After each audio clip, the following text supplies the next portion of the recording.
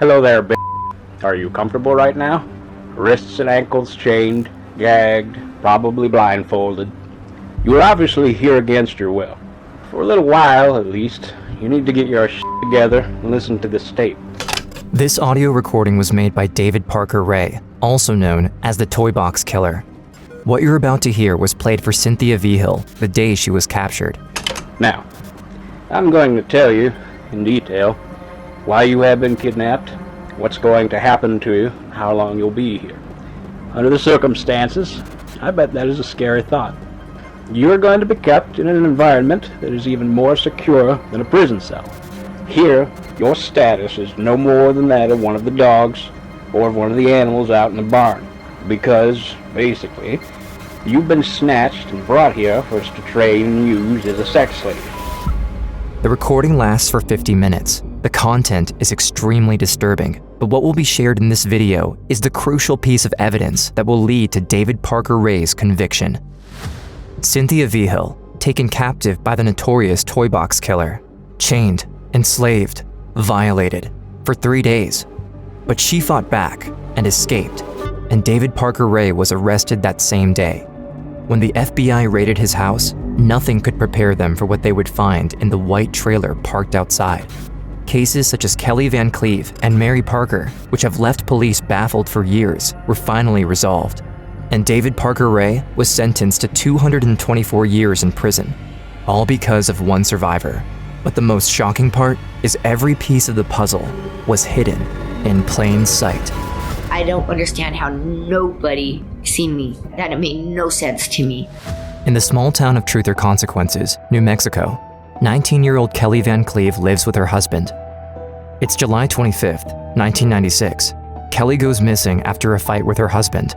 He starts searching around town for his wife, informs the police. They soon find out she was last seen at a local bar, the Blue Water Saloon, with a few friends, one of them a woman named Jessie Ray. 3 days later, July 28th, Kelly is brought back home by a park ranger. She appears to be drunk, with bruises and blood everywhere. I was so dazed and incoherent.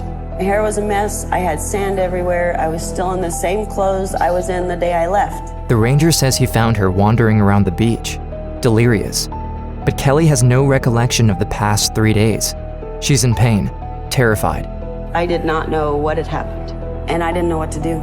July 5th, 1997, 1 year after Kelly's disappearance, a close friend of hers goes missing, 22-year-old Mary Parker.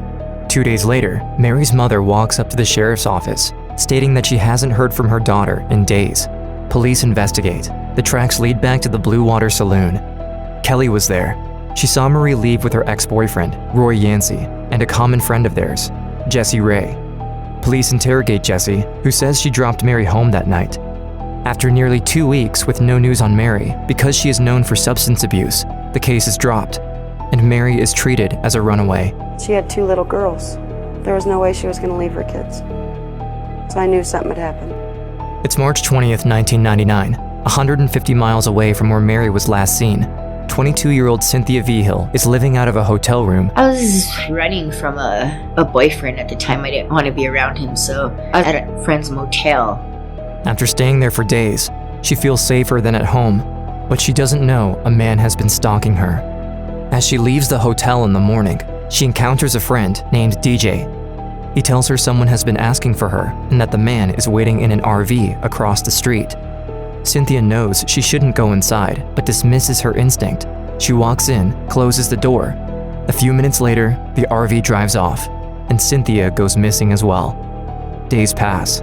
Cynthia is nowhere to be found, her hotel room empty. No one tells the police about the sudden and unusual disappearance of Cynthia, not even her friend DJ, who saw her leave.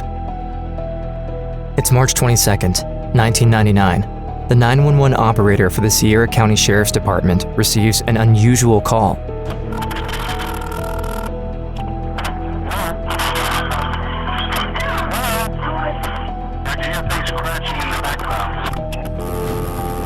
But no one is there.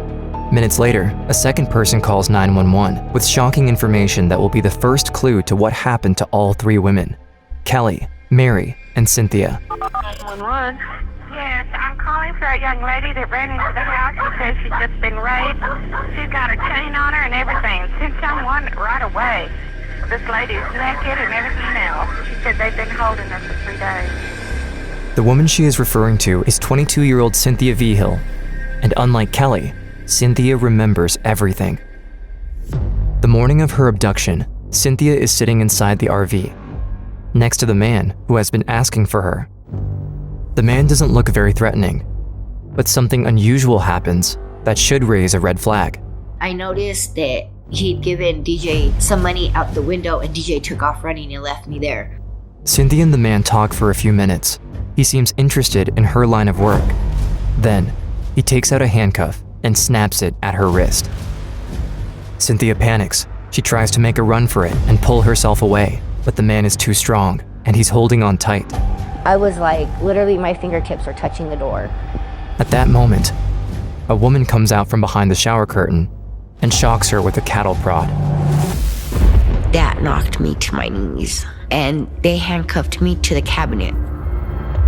The two captors drive off, their prey chained tightly in the back of the RV. While the car is in motion, Cynthia unscrews the cabinet handle she's attached to. I remember getting up on my feet, crouching down, and I was like, as soon as the RV stops slow enough, I'm gonna hit the door. But the RV stops abruptly, sending Cynthia rolling to the floor, exposing that she's untied herself. I was loose, my hands were right behind my back, but I was loose. Well, she came to the back with the gun. That's when they took all my clothes off me. They shackled my feet, duct taped my face from my chin around the top of my head. Then, after driving for hours, the vehicle slows down to a stop. Cynthia is taken out of the RV at gunpoint. Once outside, she can see other trailer houses all around, in clear sight. She hopes someone will notice her, as she's in handcuffs, naked, with a gun at her side. But that hope quickly fades. It was broad daylight. I don't understand how nobody seen me. I didn't understand that. That made no sense to me. Once inside, they sit her on the bed, put a metal slave collar around her neck, padlocked and chained to the wall. I couldn't wrap my mind around what was going on. I was so in shock. I was totally freaking out because I didn't know what the future held for me at that point. And then he played a tape of him talking. Hello there, b****. Are you comfortable right now? I doubt it. Wrists and ankles chained, gagged, probably blindfolded.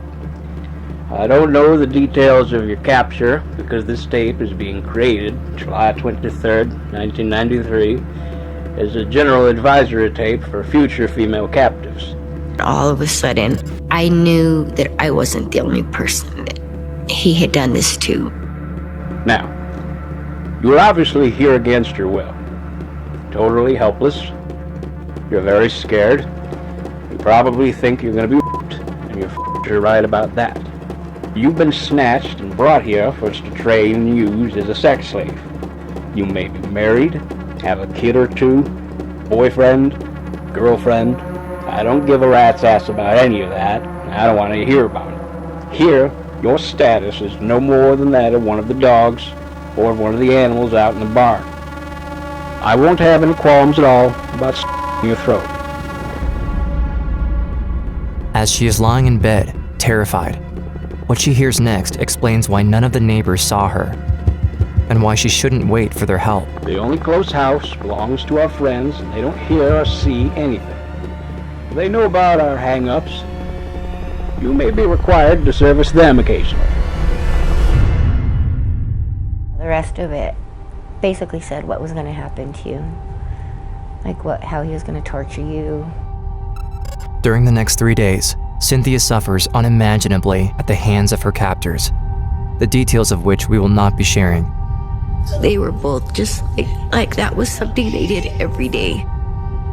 At this point, I was numb. Every night, the two captors make their bed on the floor next to her, and every night, she hears them talk about their twisted plans. I knew I was gonna die. I knew that they were gonna kill me. I just didn't know when. I wanted to die. I wanted to take my own life. On the last night, she overhears them talk about a little girl, a girl they plan to kidnap at a young age, and turn into their slave. and Cynthia understands they already know which girl it will be. And I just stayed laying there, thinking that a little girl going through what I just went through. That little girl stayed in my head. March 22nd. Something clicks inside Cynthia's mind. She knows she needs to escape, to stop them from ever hurting anyone else. I was figuring, how do I get out of this? My head was telling me to stay calm and do what they say. The man is getting ready to leave for work. He's dressed in a uniform, almost like a cop. That's when he tells her, when he gets back, he's taking her into the toy box. I didn't know what that meant. I knew it was going to be more torture. She recalls the recording and how the man described his toy box. It dawns on her. There is something worse waiting for her. You're going to be kept in the hidden slave room. It is relatively soundproof, escape-proof, and it is completely stocked with devices and equipment to satisfy our sexual fetishes and deviations. You haven't seen anything yet. I knew I had to find a way to escape.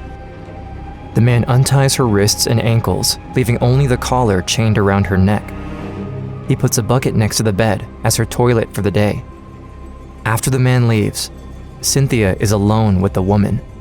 Cynthia's mind is racing and racing, wondering how she's ever going to escape. But she can't try anything because the woman is sitting right next to her, watching TV. Then, the phone rings. The woman takes the call and walks into the other room, making one crucial mistake. I seen that she left the keys on the coffee table. And I said, here's my chance to get the keys. I have to choke myself to get my body that far to reach the table with my foot. With her captor still just a few feet away, Cynthia can't make any loud noise. She pulls the table closer using just her feet, grabs the keys between her toes.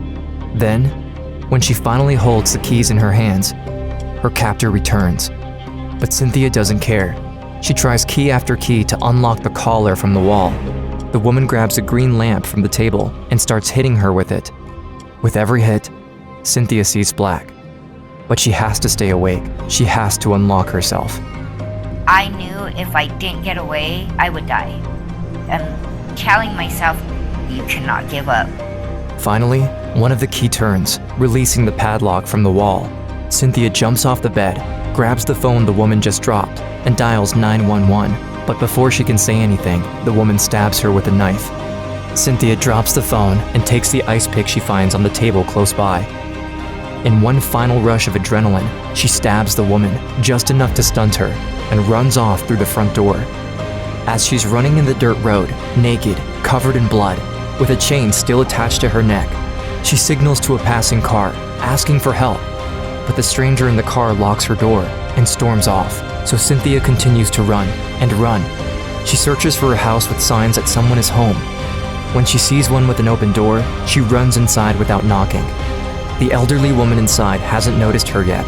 Cynthia grabs her by the shoulders and turns her around, screaming for help. 911. Yes, I'm calling for that young lady that ran into the house. She says she's just been raped. She's got a chain on her and everything. Send someone right away. This lady's naked and everything else. She said they've been holding her for 3 days. When police arrive, Cynthia locks herself inside the house. She doesn't trust them, as she remembers seeing her abductor wearing a similar uniform. And it wasn't until a state cop showed up. Opened the door, I ran past all them cops and jumped on him, and he put me in the cop car. He's like, I promise you, you'll be okay. When we got to the hospital, that cop did not leave my side. Even when he was off duty, he stayed there right by my side. New tonight, the woman who escaped the torture chamber of a sadistic sexual predator. She survived 3 days of torture in Ray's house of horror. Cynthia Vigil says what she heard in David Parker Ray's torture chamber makes her believe there are other victims out there. March 22, 1999. Minutes after Cynthia is taken to the hospital, her two captors are intercepted a block from where she was found, trying to skip town in their RV. the FBI execute a search warrant on their residence, but nothing can prepare them for what they will find. You go to the room where Cynthia was kept, it was just frightening. Off of the main trailer, there was a converted Ryder truck. Then Pandora's box was opened. Never seen anything like it in my life. You could tell it was just a place of evil. Go ahead and state your name for the record. David Parker, right? David Parker. Was she a willing participant, or did she not want to do it? She was willing. The FBI believed David was responsible for somewhere between 45 and 60 murders. But what happened to Kelly Van Cleve and to Mary Parker has yet to be uncovered. As the FBI is investigating the scene, they come across a videotape. It is a recording of a woman held captive inside the toy box. On her leg, they identify a very particular tattoo. They share the tattoo on national news, hoping someone will recognize it. Very shortly afterwards, a woman came forward and said, "That's my tattoo. That's me." They showed me pictures of my tattoos that they had taken off of a video, and I had to identify myself from those pictures. After I seen the pictures that they showed me, everything started to click. Since her disappearance 3 years prior, Kelly has been having nightmares, but she still can't remember what happened until they share with her a portion of the transcript of the recording of David Parker Ray's voice, which explains what he did to her.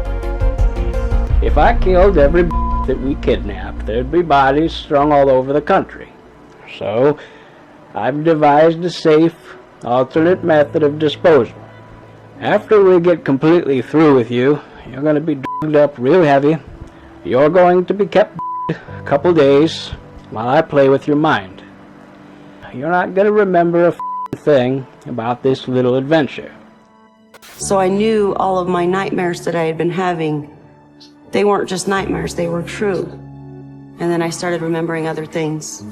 The woman named Jessie Ray, who was last seen with Kelly on the night of her disappearance, was working with David Parker Ray. She drugged Kelly and drove her to David's house. Jessie Ray was actually David's daughter. And the park ranger who brought Kelly back to her house when she disappeared was none other than David himself. As Kelly's disappearance was identical to that of Mary Parker, the FBI reopens her case, which leads them to Roy Yancey. When Roy is interrogated, he confesses everything. From what I understand is that he's had many years of kidnapping and torturing and killing women. He was instructed to kill Marie Parker. How did you come up with the idea to kill Marie? It was David Ray Parker's idea. I was told not to tell anybody anything, or I was going to be killed and thrown in a ditch. And who told you that, David? Mary Parker's body remains missing, but the family can finally have closure. When the case goes to trial, both Cynthia and Kelly are forced to face David and his girlfriend, Cindy. He acted like he was totally innocent and he had done nothing wrong, and it pissed me off. I didn't want to cry and let him know how much he hurt me. I didn't want to be his victim. I didn't want to go to court. I didn't want to have to go face him. But I did it because I had to do what I could to save other women. All of David Parker Ray's accomplices pled guilty to their crimes, and eventually, so did Ray. The jury gave him the maximum sentence of 224 years in prison. Nothing can repair the damage done by such evil, but because of Cynthia's incredible courage and strength, there will never be another victim. And the young girl she was worried about during her captivity is finally safe and sound. David Parker Ray died in prison that same year of a heart attack. When I found out that he had passed away, I was happy, but at the same time, I was really sad because the people that are missing their loved ones, their bodies, who knows where they're at. Now, more than 30 years after her escape, she's still sharing her story to help other women in need reach out for help. Cynthia has become a force in her community. I have a nonprofit called Street Safe New Mexico, and it's been serving the women that have been raped, trafficked, or attacked. I love helping others. Helping others helps me not be a victim of David Parker Ray.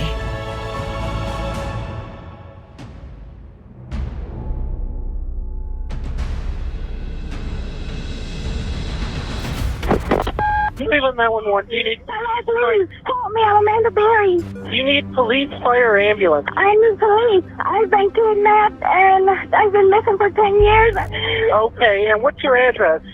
2207 Seymour Avenue. Okay, talk to the police when they get there. Okay. Hello? Yeah, talk to the police when they get there.